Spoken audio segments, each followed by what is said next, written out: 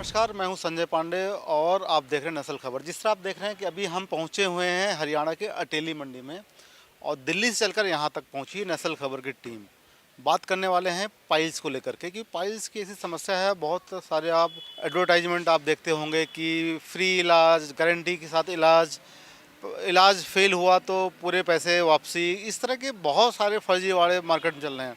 उसकी पुष्टि के लिए हम पहुंचे हैं आज हरियाणा का अटेली मंडी और जिस तरह देख रहे हैं आर आयुर्वेदिक हॉस्पिटल के पास पहुंचे हैं और आचार्य आयुर्वेदाचार्य जो हैं हमने रमेश कुमार जी से हम बातचीत करेंगे और एक पेशेंट भी आज मौजूद होंगे। जिस तरह हमने बात किया था कि मैं पेशेंट की बातें भी आपको सुनाएं, तो पेशेंट से भी जानेंगे कि यहाँ सच में कि पाइल्स का ट्रीटमेंट सही है कि नहीं है, कितना सच है कितना झूठ है, इसके बारे में आज हम जानेंगे। और अंदर चलते हैं, वहाँ पर आयुर्वेदा रमेश कुमार जी से भी बात करेंगे और पेशेंट से भी बात करेंगे कि क्या है ट्रीटमेंट का असली सच। खाने पीने का तौर तरीका, एक तो खाने को हमें जहर मिल रहा है, जहर खा रहे हैं, अनगिनत बीमारियां बन रही हैं, एक से एक क्रोनिक बीमारियां आज हमारे खान पान पर डिपेंड कर रही हैं। अंग्रेज लोग तो हमें आज भी मदारी समझते हैं, सपेरों का देश कहते हैं इंडिया को, ये तो आपको भी मालूम, सबको मालूम। ऐसा ना तो मैं करने कभी दावा किया ना करूँगा, और जो दावा करते हैं ये उनकी अपनी फितरत है, पता नहीं क्या करते हैं क्या नहीं करते, मुझे नहीं पता। मुझे मेरे बारे में पता है कि ये बीमारी मोस्टली लोग छिपाते हैं, परिवार से भी, डॉक्टर से भी, और अपने से ही, बाहर से ही शर्म के मारे इलाज करते रहते हैं। सर्जरी तो 15-20 मिनट लगे थे, दागी सूत्र से करी थी, पर उसमें थोड़ा सा इतना होता है जैसे इंजेक्शन लगा इतना दर्द होता है, बाकी दर्द ज़्यादा नहीं होता है। और सिचुएशन ऐसी थी, ज़्यादा थी मेरी कंडीशन, ज़्यादा ख़राब थी, परंतु फिर भी वो हफ्ते 10 दिन में ही कंप्लीट हो गई थी। और 12-13 दिन में तो कोई ब्लीडिंग नहीं, कोई दर्द नहीं, और आराम से मैं अपना कारोबार घर का दिन में आप नॉर्मल हो गए थे? नॉर्मल 12-13 दिन में नॉर्मल हो गए थे। लेडीज़ को आमतौर से प्रेगनेंसी के दौर में पाइल्स हो जाती है, लेकिन सबसे बड़ा कारण कब्ज़ का रहना, पेट का साफ ना होना, उससे पाइल्स बनती है। तो आपने देखा कि जैसा कि हमने बताया कि आज हम पहुंचे हैं आर आयुर्वेदिक हॉस्पिटल, जो कि पाइल्स का एक बहुत बेहतरीन और जाना माना हॉस्पिटल है। और ऐसा नहीं कि और हॉस्पिटल नहीं है, हरियाणा में बहुत से हॉस्पिटल है, लेकिन एक आर आयुर्वेदिक हॉस्पिटल का अलग ही पहचान है। तो मेरे साथ मौजूद है आर आयुर्वेदिक हॉस्पिटल के संस्थापक डॉक्टर आयुर्वेदाचार्य रमेश कुमार जी। उनका स्वागत करता हूँ। आपका स्वागत है। धन्यवाद। और इसी के साथ साथ आज सबसे अच्छी बात है कि हमेशा आप इंटरव्यूज़ तो देखते हैं, सर से बातचीत हम करते रहते हैं, हमारी टीम बात करती है, हमारी सहयोगी प्रज्ञा जी ने बहुत बार बातचीत की है और पाइल्स पर कई सारे इंटरव्यू हमने किए। बहुत से सवाल थे कि किसी मरीज़ से हमें बात करवाइए, किसी मरीज़ की बातें सुनाइए, क्या सच में पाइल्स का सही ट्रीटमेंट है या नहीं है, लोग क्योर होते हैं नहीं होते हैं, बड़ा सवाल वो होता है। लेकिन आज हमारी टीम जब पहुंची तो अच्छी बात है कि पेशेंट भी आज यहाँ एक रूटीन दौरे पर आए थे और उन्होंने यहाँ से ट्रीटमेंट लिया था और सर्जरी भी की थी और अब पूरी तरीके से स्वस्थ हैं। उनका भी स्वागत करता हूँ इस प्रोग्राम में। उनका नाम है जसवंत जी। आपका बहुत बहुत स्वागत है। मैं बाछूत से रहने वाला हूँ। दिल्ली में मैं आर में ट्रीटमेंट करने के लिए आया था, तो मैं महसूस किया जी। और जब मेरा ट्रीटमेंट हुआ बहुत बढ़िया हुआ। बस अब पूछता हूँ बाकी सवाल तो आपसे बाद में करेंगे। डॉक्टर साहब, पहली बात तो ये बताइए कि आप ये जो ट्रीटमेंट कर रहे हैं पाइल्स का, ये कितने वर्षों से यहाँ से कर रहे हैं, यहाँ पर अटेली मंडी में? अटेली मंडी में 7-8 वर्षों से ये चल रहा है जी। पाइल्स का, कैंसर का, पंचकर्मा का, आयुर्वेद की हर प्रकार के मर्ज की दवा आयुर्वेद में है और सब प्रकार के इलाज किया जाता है, लेकिन विशेष तौर से पाइल्स को फोकस कर रहा हूँ, कैंसर को फोकस कर रहा हूँ और पंचकर्मा को फोकस कर रहा हूँ। जी। इसमें बहुत से लोग दावे करते हैं, तमाम सारे अलग अलग मीडिया चैनल पर हम लोग देखते रहते हैं कि कोई क्या दावा कर रहा है कि 10 मिनट में या 5 मिनट में सर्जरी, 5 मिनट में आराम, 5 मिनट में पाइल्स से छुटकारा। ये संभव है कि ये सिर्फ जस्ट इस तरह का जो अफवाह फैलाते हैं लोग? हरियाणा में हैं बहुत सारे, मैं नाम नहीं बोलूँगा यहाँ पर, हरियाणा के अंदर ऐसे सारे बहुत से हॉस्पिटल हैं जो 5-5 मिनट की बातें करते हैं, उनको क्या कहेंगे आप? ऐसा ना तो मैं करने कभी दावा किया ना करूँगा, और जो दावा करते हैं ये उनकी अपनी फितरत है, पता नहीं क्या करते हैं क्या नहीं करते, मुझे नहीं पता। मुझे मेरे बारे में पता है। हम पेशेंट को, जब हमारे पास पहली बार पेशेंट आता है तो उसका अच्छे से चेकअप किया जाता है विशेषज्ञों के द्वारा, और उनको चेक करने के बाद में अगर पेशेंट मेडिसिन से ठीक होने की सिचुएशन में है तो हम उनको 2-3 महीने के लिए मेडिसिन प्रोवाइड करवाते हैं। देखते हैं कि भाई ये सर्जरी ही होना है इनमें, तो उसकी क्षार सूत्र के द्वारा सर्जरी की जाती है। हम जो क्षार सूत्र से सर्जरी करते हैं अपने अपने अलग तरीके हैं। हमारे पास क्षार सूत्र की सर्जरी में 21 बार मेडिसिन की कोटेड होती है, जनरल थ्रेड नहीं होता, और पेशेंट को दोबारा पनपने का भी कोई चांस नहीं होता। जैसा कि आपके सामने पेशेंट हैं, आज ये आ गए हैं, तो इनके बारे में कुछ बताएंगे? ये कब आए थे आपके पास और इनको सही ट्रीटमेंट करने में कितना समय लगा, इसके बारे में तो जानकारी देंगे? जसवंत जी इस महीने की शुरुआत में ही आए थे और इनको इंटरनल पाइल्स था, इंटरनल हेमराइड जिसे कहते हैं, और काफ़ी परेशान थे 4-5 साल से ये। तो दवाओं से ठीक होने की सिचुएशन नहीं थी, इनको एडवाइस किया गया कि आप जो है सर्जरी करवाइए, तो इन्होंने सर्जरी करवाई। आज 20-25 दिन हो गए, ये बिल्कुल ठीक है और 4th स्टेज में चल रहे थे इनकी। 4th स्टेज मतलब क्या होता है? किसके बाद कौन सी स्टेज आती है? स्टेज तो क्या आती है, आखिरी स्टेज होती है 4th स्टेज, तो उसके बाद तो बीमारियां और कई रूप धारण कर लेती हैं और रेक्टम कैंसर तक के भी चांस बन जाते हैं। अच्छा। जी। इसको लोग बहुत हल्के में लेते हैं कि ये तो ऐसे ही है, क्या है? ये में तो इसलिए लेते हैं ना कि ये बीमारी मोस्टली लोग छिपाते हैं, परिवार से भी, डॉक्टर से भी, और अपने से ही, बाहर से ही शर्म के मारे इलाज करते रहते हैं, इधर उधर की दवाइयाँ लेते रहते हैं। तो ऐसा नहीं करना चाहिए पाइल पेशेंट को, और कम से कम डॉक्टर की सलाह लें, घर वालों को बताएं कि भाई हमें ये परेशानी है। तो ये शुरुआती लक्षण तो जो है ना नॉर्मल होता है, ठीक हो सकता है, कोई दिक्कत नहीं है। लेकिन जब ये बढ़ जाती है ना तो ये विकराल रूप ले लेती है और फिर इसका रेक्टम कैंसर तक के चांस बन जाते हैं। अब किसी को फिशर्स होती है, किसी को पाइल्स होती है, किसी को फिस्टुला बन जाता है, तो काफ़ी रेयर कंडीशन हो जाती है। उसके बाद में संभालना बड़ा मुश्किल हो जाता है थोड़ा सा। अब इसमें बहुत से लोग सर्जरी से डरते हैं कि जिस तरह पेशेंट मेरे सामने हैं उनसे ही हम पूछ लेंगे कि बहुत से लोग डरते हैं कि सर्जरी करवाएंगे, दर्द होगा, ये होगा, बहुत सारा ब्लीडिंग होगी और लंबे समय तक हम उठना बैठना बहुत प्रॉब्लम होगा। ऐसा भी कुछ हुआ था आपके साथ क्या? नहीं, ऐसा नहीं है। सर्जरी तो 15-20 मिनट लगे थे, दागी की सूत्र से करी थी, पर उसमें थोड़ा सा इतना होता है जैसे इंजेक्शन लगे इतना दर्द होता है, बाकी दर्द ज़्यादा नहीं होता है। और सिचुएशन ऐसी थी, ज़्यादा थी मेरी कंडीशन, ज़्यादा ख़राब थी, परंतु फिर भी वो हफ्ते 10 दिन में ही कंप्लीट हो गई थी और 12-13 दिन में तो कोई ब्लीडिंग नहीं, कोई दर्द नहीं, और आराम से मैं अपना कार बाहर घर कितने दिन में आप नॉर्मल हो गए थे? नॉर्मल 12-13 दिन में नॉर्मल हो गए थे।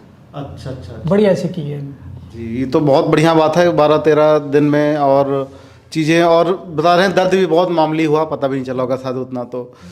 तो इसमें ये डॉक्टर साहब सबसे बड़ी बात तो ट्रीटमेंट की बात तो हमने कर लिया, इनको इन्होंने आप जब डायग्नोस किया होगा आपने, तो क्या कारण था कि इनको पाइल्स हो गई थी? क्या क्या इन्होंने गलतियां की होंगी? आपने कुछ गलतियां ही की होंगी खान पान में, तो उसके बाद हुआ, तो वो बताइए थोड़ा सा। पाइल्स बनने का सबसे मुख्य कारण तो है कब्ज का होना, बाकी मोटापा भी एक वजह है, बढ़ती उम्र भी है, और लेडीज़ को आमतौर से प्रेगनेंसी के दौर में पाइल्स हो जाती है। लेकिन सबसे बड़ा कारण कब्ज का रहना, पेट का साफ ना होना, उससे पाइल्स बनती है। तो ये कब्ज क्यों बन जाती है? आपको कब्ज बनती थी क्या? हाँ, मेरी को कब्ज ही बनती थी, परंतु मेरी तो इतनी स्टेज आ गई थी जैसे बाथरूम जाने के बाद उसको हाथ से पुश करना पड़ता था। अच्छा, क्या है डाइट, कुछ खान पान गलत था आपका क्या? खान पान तो जैसे मैं तो जो गाड़ी ड्राइवर था मेरी, खुद की गाड़ी थी, तो गाड़ी में ज़्यादा बैठना ज़्यादा रहता है और बैठने वाले के ज़्यादा हो ही जाता है। अच्छा। थोड़ी थी तब दिखा लेता, ठीक था, परंतु ज़्यादा स्टेज हो गई, परंतु फिर भी बढ़िया रहा। यहाँ आकर मैंने जो क्षार सूत्र से करवाया उससे मेरा सही ट्रीटमेंट। अच्छा डॉक्टर साहब, एक सवाल और है। जिस तरह ये तो बात सर्जरी की रही, बहुत से पेशेंट ऐसे भी होते होंगे जिनकी स्टेज पहले ही होती होगी और वो लोग आना भी नहीं चाहते हैं, क्योंकि आपका हॉस्पिटल दिल्ली और आप यहाँ हरियाणा में हैं, रेवाड़ी में हैं, लेकिन कॉल और जिस तरह दर्शक देख रहे हैं भारत के अलग अलग शहरों से आपको देख रहे होंगे इस वक्त, कुछ पेशेंट भी होंगे और जिसका संभव नहीं कि यहाँ आ पाएँ, तो ऐसी कोई स्थिति है कि घर से बैठकर वो आपसे रिपोर्ट साझा कर लें और आप ये जांच कर पाएँ कि इनको सर्जरी की ज़रूरत है या नहीं है, तो आप ट्रीटमेंट इनका यहाँ से अब स्टार्ट कर पाएँ, ऐसा संभव है क्या? उसके लिए तो हम ये है ना 1-8 महीने की दवा उनको प्रोवाइड करवाते हैं, ऑनलाइन दवा भेज देते हैं। उससे इम्प्रूवमेंट अगर होना शुरू होता है तो लगातार 2-3 महीने दवाएं खानी पड़ती हैं, और उससे अगर इम्प्रूवमेंट इतना ज़्यादा नहीं मिले तो फिर उसका तो लास्ट ऑप्शन यही है कि सर्जरी ही होना है। और सर्जरी से डरना नहीं चाहिए, माइनर सर्जरी होती है ये, तो सर्जरी के लिए एडवाइज करते हैं। उसके बाद तो यहाँ जिस किसी को सर्जरी कराना है, सिर्फ वो अपना 1 दिन के लिए आ जाए, करवा कर जा सकता है हैंड टू हैंड। जी,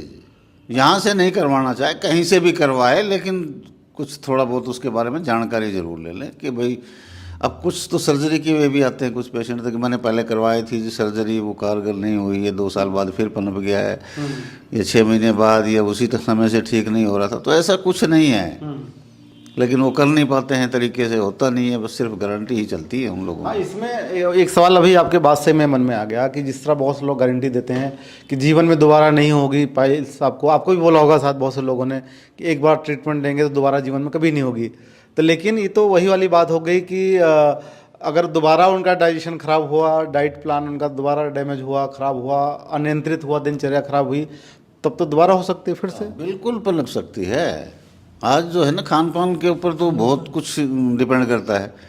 खाने को जहर मिल रहा है, कुछ भी सही नहीं है, डाइजेशन ठीक नहीं होता है लोगों का, तो दोबारा पनपने के चांस होते हैं। लाइफस्टाइल का तो चेंजमेंट आदमी को करना ही करना पड़ेगा, सावधानियां तो रखनी ही पड़ेंगी। सर मतलब सर्दों के साथ है कि नहीं होगा अगर आप? नहीं, ऐसी कोई कंडीशन नहीं है। हाँ। ऐसी कोई कंडीशन नहीं है कि दवाइयाँ ही सब कुछ है ना। आदमी को अपनी लाइफस्टाइल में थोड़ा सा बदलाव तो करना ही होगा। अच्छा। जंक फूड वगैरह हैं, आप यहाँ से दवाइयाँ ले ली, उसके बाद में आप इस्तेमाल करे जा रहे हो, खान पान दिनचर्या ठीक नहीं है आपकी, तो हो सकता है दोबारा ना भी हो, लेकिन होने के भी चांसेस हैं। अब जसवंत जी हैं जिस तरह पेशेंट आपके सामने, तो इनका आपने क्या क्या डाइट प्लान क्या क्या चेंज करवाया था कि उसके बाद से नॉर्मल हुए? अभी तक अब तो कोई दिक्कत नहीं है अब आपको? तो कोई दिक्कत नहीं, मैंने अपने खान पान में जैसे चाय थी वो छोड़ दी, अच्छा, बीड़ी सिगरेट थी वो बंद सर कर दी। बताएंगे। अब सर से मैं पूछूंगा कि आपने क्या इनका दिनचर्या और डाइट प्लान दिनचर्या डाइट प्लान यही है कि खाने पीने का तौर तरीका। एक तो खाने को हमें जहर मिल रहा है, जहर खा रहे हैं, अनगिनत बीमारियां बन रही हैं, एक से एक क्रोनिक बीमारियां आज हमारे खान पान पर डिपेंड कर रही हैं, उन्हीं से बन रही हैं। तो थोड़ा सा तो जीवन शैली में बदलाव कर लें आदमी अपना। सुबह उठ के गर्म पानी पीना जैसे कि, ठीक है ना, और समय पे खाना खाना, पानी पीने का तरीका, पानी हमेशा बैठ के पिए, खड़े होके पानी कभी भी किसी को नहीं पीना चाहिए, घूंट घूंट करके पानी पिए, घटाघट पानी ना पिए। ये कुछ है, कुछ जंक फूड विशेष इंपॉर्टेंस है इसका इस बीमारी में। जंक फूड का इस्तेमाल ना करें, तीखे मसाले इनका इस्तेमाल ना करें, बस यही है। और कोई नॉर्मल से परहेज कुछ नहीं है, सिर्फ लाइफस्टाइल में चेंजमेंट कर ले, ठीक हो जाता है पेशेंट। कोई परेशानी नहीं, लाइफस्टाइल कोई परेशानी नहीं। जी। अब बात आती है दवाइयों की। अक्सर जो हॉस्पिटल्स हैं, प्राइवेट हॉस्पिटल्स हैं, वो लोग बाहर से बड़ी बड़ी कंपनियों के जो होते हैं दवाइयाँ प्रोवाइड करते हैं, देते हैं, उससे ट्रीटमेंट करते हैं। लेकिन जो आपका क्या तरीका है, जो आप दवाइयाँ जिस तरह मैं देख भी पा रहा हूँ आसपास काफ़ी सारी दवाइयाँ हैं और इधर भी हैं, तो ये दवाइयाँ आप मैन्युफैक्चर करते हैं कि खासतौर पाइल्स की बात कर रहा हूँ अभी मैं, पाइल्स की दवाइयाँ आप ही बनाते हैं? पाइल्स के लिए मेरे अपने प्रोडक्ट हैं, हर पेशेंट के लिए अलग अलग दवाइयाँ होती हैं, यानी कि सबको एक ही दवाई दी जाती है। और जितने भी प्रोडक्ट यहाँ रखे हैं ना, इसमें मोस्टली लगभग मेरे अपने प्रोडक्ट हैं, पंचगव्य से ट्रीट करते हैं। और सर्जरी मैंने आपको बताया कि 4 सूत्र को विशेष महत्व दिया जाता है। 4 सूत्र से जो 21 बार थर्ड पे कोटिंग होती है मेडिसिन की, और दोबारा पनपने के ना के बराबर चांसेस होते हैं अगर पेशेंट लापरवाही ना करे तो। अब जानबूझ के ही पेशेंट लापरवाही करे और बुराई मुझे दे तो वो तो एक अलग ही क्या कर बात सकते हैं है। वहाँ पर? अब बात आती है सर, सबसे बड़ी बात आती है आपके लिए भी, आप पेशेंट हैं, हर कोई ट्रीटमेंट पहले पैसा देखता है कि खर्चा कितना आएगा, बड़े हॉस्पिटल की बात हो या छोटे हॉस्पिटल की बात हो। तो जैसे 20 दिन का ट्रीटमेंट लिया तो आपका क्या खर्चा आया था, मतलब सर ने क्या चार्ज किया था? मेरा तो क्या है कि मैं वैसे तो आर्मी से ईसीएच से है अच्छा, ठीक है। तो फिर भी मेरे को अच्छा लगा जहाँ ट्रीटमेंट सही, मैंने 1-2 बार देखा था, फिर आया ट्रीटमेंट किया, मेरा तकरीबन 10,000 रुपये बैठ गया कुछ नहीं है, ठीक है, सारा ट्रीटमेंट में। दवा और से मेरा शरीर उसके बाद पाचन क्रिया का भी सुधार हुआ है। वाह, मतलब एक तीर से डबल शिकार हो गया आपका, सही हो गया, मतलब हाँ, पेट की दिक्कत सही हो गई, पाइल्स भी सही हो पाइल्स भी गई। ठीक हो गई, पाचन क्रिया का सुबह शाम का उठना बैठना वो था, वो अपना बदलाव किया मैंने और उससे बढ़िया हो गया। मतलब डॉक्टर साहब यही है कि एक आम आदमी कोई भी हो, 8-10 हज़ार रुपये के रेंज में उसका बढ़िया ट्रीटमेंट आपका हो सकता है यहाँ पर। बहुत अच्छे तरीके से हो सकता है। और ये मैं बार बार बता रहा हूँ कि आज नहीं तो 4 साल बाद हमारी मजबूरी बन जाएगी, लाइफस्टाइल में चेंजमेंट करना ही करना पड़ेगा। खाने पीने की आज किसी चीज़ में प्योरिटी नहीं है, पानी प्योर नहीं मिल रहा है, ऑक्सीजन प्योर नहीं है, खाली हवा ऑक्सीजन एक ही बात है। खाने में आज हम गेहूँ खा रहे हैं जो हमें 50 साल पहले नसीब नहीं होता था। गेहूं में आज खतरनाक मात्रा में ग्लूटीन है, एक से एक क्रोनिक बीमारियां बना रहा है। तो इस चीज़ों का हमें ध्यान रखना है, छोटी छोटी बातों का। तो सर एक अक्सर हमने कुछ आंकड़े देखे हैं, वैज्ञानिक रिपोर्ट्स भी कुछ देखी हैं, और हालांकि जहां हरियाणा हम बैठे हैं, हरियाणा गवर्नमेंट ने भी एक बार इसका कुछ निकाला था कि जो बीमारियां हो रही हैं, छोटे अनाज खाकर लोग बीमारियां हो रही, चाहे गेहूं हो चाहे चावल हो, लोग बड़े अनाज मोटे अनाज खाएं तो इस तरह बीमारियां नहीं होंगी, ये सच है क्या ऐसा? देखो, गेहूँ बुरी फसल नहीं है। गेहूँ बुरा थोड़ी है। अगर बुरा होता तो अंग्रेज लोग लेके आए थे, हमारी तो इंडियन फसल भी नहीं है गेहूँ। अंग्रेज लोग तो हमें आज भी मदारी समझते हैं, सपेरों का देश कहते हैं इंडिया को। ये तो आपको भी मालूम है, सबको मालूम है। तो वो तो हमसे बहुत ज़्यादा समझदार हैं, ये अपने आप को समझते हैं, समझते हैं ना। उन्होंने अपने खाने के लिए गेहूं की फसल को रखा था। गेहूं खराब नहीं है, गेहूं अच्छा है खाने में, लेकिन खराब उसको हमने पेस्टिसाइड वगैरह डाल डाल के इतना खराब कर दिया है, उससे इतना जहर पैदा कर दिया है, खतरनाक मात्रा में ग्लूटेन आज है, आम आदमी को नुकसान कर रही है। 50 साल पहले हमें खाने को नसीब नहीं होता था, हम अपने मोटा अनाज खाते थे, जो चना जवार बाजरा मक्का मूंग मोट रागी सिंगार, स्वस्थ थे, मेहनत करते थे। आज मेहनत कम है, खाने को जंक फूड है, बाहर कुछ नहीं मिलता, मैदा के अलावा कोई चीज़ नहीं मिलती खाने के लिए। और गेहूं को हमने ख़राब कर दिया है, ज़्यादातर गेहूं खाने लगे हैं लोग। जो अमीर लोग हैं आज उन्होंने गेहूं को खाना छोड़ दिया है, मिडिल क्लास ने भी लगभग खाना छोड़ दिया है। अब तो गरीब आदमी ही ज़्यादा गेहूं का इस्तेमाल कर रहा है, ये सच्चाई है, मान के चलिए आप इस बात को। अब मैं दर्शकों को बता देता हूँ, जो डॉक्टर रमेश कुमार जी हैं, इनके बारे में समझ लीजिए थोड़ा सा। सर की उम्र 67 अप्रॉक्स एज हो चुकी है आज की डेट में, और सर सुबह 3:30 बजे जगते हैं और मरीजों के लिए दवाइयों का निर्माण खुद करते हैं, खुद बनाते हैं, ताकि उन दवाइयों पर भरोसा कर पाएँ, लोगों को सही बेनिफिट्स मिले, कम से कम खर्चों में लोग सही हो पाएँ, ये करते हैं। इतना मोटिवेशन कैसे मिलता है कि आप 3:30 बजे जग जाते हैं? आप आई थिंक 67 68 होने वाले हैं, आपकी एज है। इस एज में लोग तो सिर्फ पूजा पाठ करते हैं सुबह, लेकिन आप 3 बजे जग कर दवाइयाँ बना रहे हैं, फिर यहाँ हॉस्पिटल भी बैठ रहे हैं, पूरे दिन कॉल भी उठा रहे हैं, सब चीज़ें कर रहे हैं। तो ये कैसा ये संभव है इतना इस एज में? क्या ये मोटिवेशन कहाँ से आता है? 3-4 बजे उठने की तो मेरी शुरू से ही, बचपन से ही आदत है जी। वो तो शुरू से ही, बचपन से ही आदत में शुमार है कि मैं सुबह जल्दी उठता हूँ। लेकिन मुझे भी नहीं पता कि ये एनर्जी कहाँ से मिल रही है। मेरे पेशेंट जब क्योर होते हैं ना, तो मुझे बहुत ज़्यादा खुशी मिलती है, और उससे इतनी एनर्जी शायद उनकी दुआ से ही मिल रही है। सामने सर बैठे हुए हैं, इन दुआओं से ही मुझे एनर्जी मिल रही है, मैं इतना काम कर पा रहा हूँ। हालांकि मेरी भी, और मुझे ये भी नहीं है कि किसी चीज़ की कमी है या पैसे की भूख है कि मैं पैसा कमाने के लिए बैठा हूँ कि मुझे बच्चे के लिए कुछ संभाल के रखना है, ऐसा कुछ नहीं है। सब कुछ बहुत बढ़िया, परमात्मा ने इतना कुछ दे रखा है, हैसियत से ज़्यादा।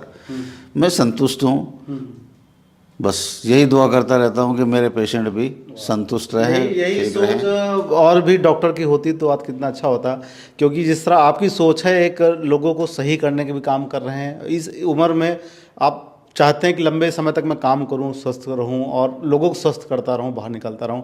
इसी चीज़ पर मैं आपसे सवाल करूंगा, आप क्या कहेंगे आरआर आयुर्वेदिक हॉस्पिटल के बारे में, डॉक्टर रमेश जी के बारे में? आप ट्रीटमेंट लिया, आपने पूरा एक्सपीरियंस किया, कि और भी लोग आपको देख रहे होंगे, क्योंकि मरीज़ की बातों को जल्दी समझता है।